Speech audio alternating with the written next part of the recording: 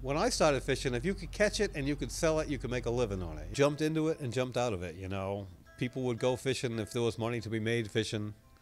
You know, groundfish boats in the harbor would go up and down. There might be 20 one year and 10 the next year, you know. If there was money to be made, people went.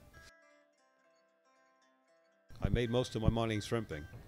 And then it got so I made most of my money ground fishing. And then both of those kind of got bad, so I used to go lobstering anyways. My wife had a skiff she lobstered out of. In a couple of years, we were actually making more money lobstering than we were shrimping. We'd make more money 2 days lobstering than we'd make 5 days shrimping. So, it's like when I was a kid, I couldn't picture anybody getting out of high school in this town and going into lobstering. There wasn't any money in lobstering.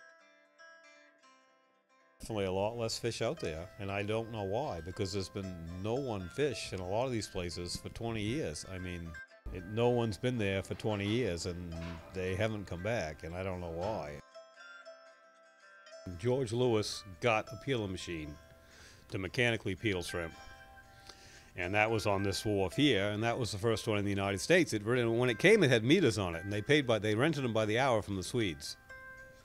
And they kept having trouble with it and having the Swedish technician over here. And George finally got mad at the guy and kicked him out. The guy said, "There's nothing you can do." He said that, you know, "I'm the only technician. You got to have me back." And George said, "You're not coming back." And he said, "I'll buy the machines." And the guy said they don't sell them. But I don't know what he paid for them. But by the next day, he owned them. In the 70s, I'd say there was a big burst of technology that came to fishing. When we were first fishing codfish in the Sheepscot, I think the nets we had were very inefficient. You know, they only opened up 7 or 8 feet high.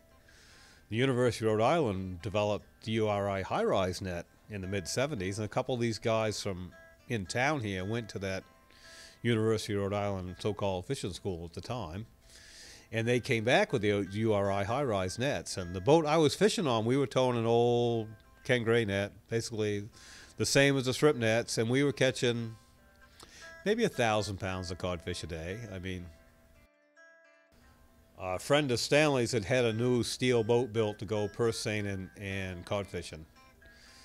And they were towing right beside us, and Stanley built him one of the new URI high-rise nets, which probably opened up 18 to 20 feet as opposed to 7 or 8 feet.